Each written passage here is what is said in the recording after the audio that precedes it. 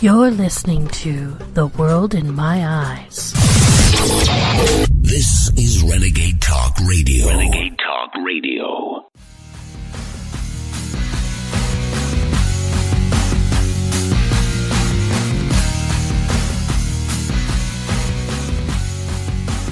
Hello, Renegade Nation, and welcome to another episode of The World in My Eyes, where I get the opportunity to share with you all those crazy voices in my head and what they're saying on a regular basis. Now, we've spent such a great deal of time really getting to know each other very intimately, but in case you're new to the show, I am the naughty mistress with the mostest, the melodic goddess, and the deviant diva, Naughty Nicole Delacroix. And before I jump into today's topic, I do want to remind all you naughty little listeners out there that the Renegade Talk Radio Network is growing still every single day. We've got a brand new website, so make sure that you've got it bookmarked, and make sure that you're checking out all the fascinating and provocative shows on our website. Don't forget, we've got so much more great talk radio on its way to you, so make sure you're checking back in with us daily, because I promise you this, you do not want to miss what's coming up next. And hey, are you a budding podcaster yourself? Do you think you have what it takes to join the Renegade Talk Radio Network? Well, then head on over to the website and sign up to show Richie what you've got. Richie will show you how to do things right, and guess what? If you do have the right stuff, he'll even put you on Renegade. But if you're in the mood for some hot-ass tunes, then don't forget we still got Sky Pilot Radio, playing the best damn music of all time. Alright, that's enough of that. Let's jump into today's topic, my little heathens, because I promise you this is going to be a big one, because I am pissed.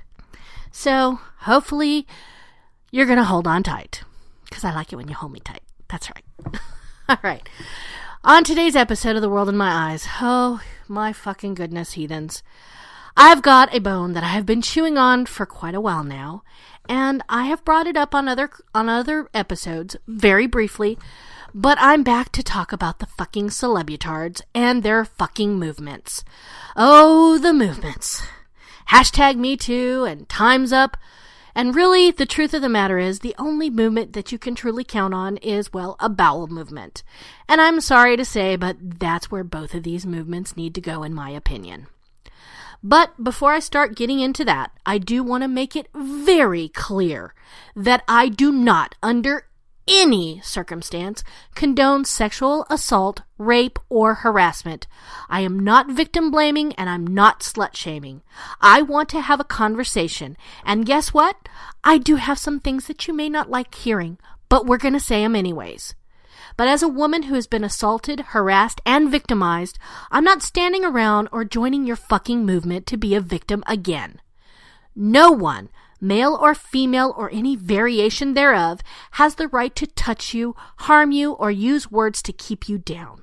I don't need to label myself or use some fucking hashtag to join the bandwagon to know and see what's wrong and speak out about it. So, unless you've been living on an island somewhere or your alien pals just kind of brought you back from your yearly anal probe, you're probably aware about the newest, latest, greatest celebutard movements.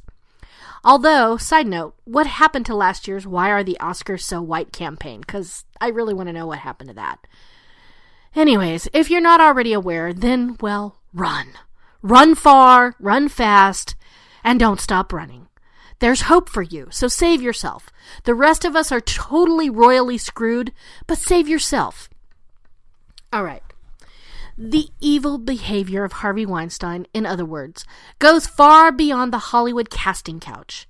For women, monsters are everywhere. In this hostile world that women face, we are now told Weinsteins lurk around every single corner. And the only people who could possibly save us? That's right, A-list actresses who couldn't even call the cops when it happened to them. But they've started a fund drive, and that's going to fix everything, don't you know? So I checked out the movements because, hey, that's what I do. And I was fired from a job because I rudely pointed out that the man with 7 years less experience than me was making $10,000 more a year than I was. I have documentation, and I have no money, and the lawyers won't help me. So I got a recommendation from Time's Up because, well, time's up, and I have a valid case. What I got was a referral to an attorney who would give me a free assessment. What the fuck? I happened to look him up, and guess what? His first consultation is already free. So, what did you actually do for me? So, I go to see him, and he tells me that he's going to need a $5,000 retainer just to take my case. And by the way, there's no guarantee. So, I politely point out to him that I was referred by the Time's Up site, and he said, yes, the consultation is free, but there's no guarantee that they're going to pay for my case. So, wait. Let me get this straight. I get a free consultation, which I could have gotten anyways, and there's no help for women like me? What happened to that $20 million you guys collected? Wasn't that to help women just like me? Or was that to pay for more stupid-ass pins and buttons that help absolutely nobody? Okay, so what exactly are you doing for women like me? I see a bunch of resources, most of which are located on other sites and attached to other articles, so really all you've done is make a website and give women false hopes and raise funds. Oh, and yes, you do raise funds. See, it actually took me 3 requests to get that lawyer's name, but I've actually received 7 emails from you guys asking me for money. Seriously, asking me for fucking money. Fuck me running, ladies. So the reports are saying that the Time's Up Legal Defense Fund is making solid progress, something that my own personal experience doesn't seem to support. But according to reports, the National Women's Law Center in Washington, D.C. is fielding the considerable admin, matching applicants with lawyers who can offer them free advice, stating that they've received more than 2,700 requests for assistance from every state in the United States. But apparently not Georgia, because Georgia isn't in the United States, apparently, because I didn't get any fucking help. Supposedly, this fund is prioritizing cases involving low-wage workers, hello, women in non-traditional jobs, hello, people of color, okay, that one I can't do because I only have 2 colors, that's pasty white and lobster red. LGBTQ people, okay, I will say I'm a lesbian if it's going to get me some help.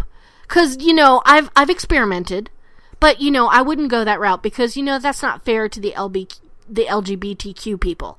Because they got enough problems, they don't need people like me lying about it. And people facing legal retaliation because they dared to speak out about harassment. Oh yeah, again, my experience proves this false. I was a woman making low wages in a typically male-dominated field. Not only did I not get any funding, but I've been blackballed from working in that field because of this narcissistic douchebag that I worked for. But it's going great, guys. But has the Me Too movement even helped any survivors seek any kind of support? So the reports state from October to December of 2017, calls to the Rape, Abuse, and Incest National Network rose by 23% compared with the same period in 2016.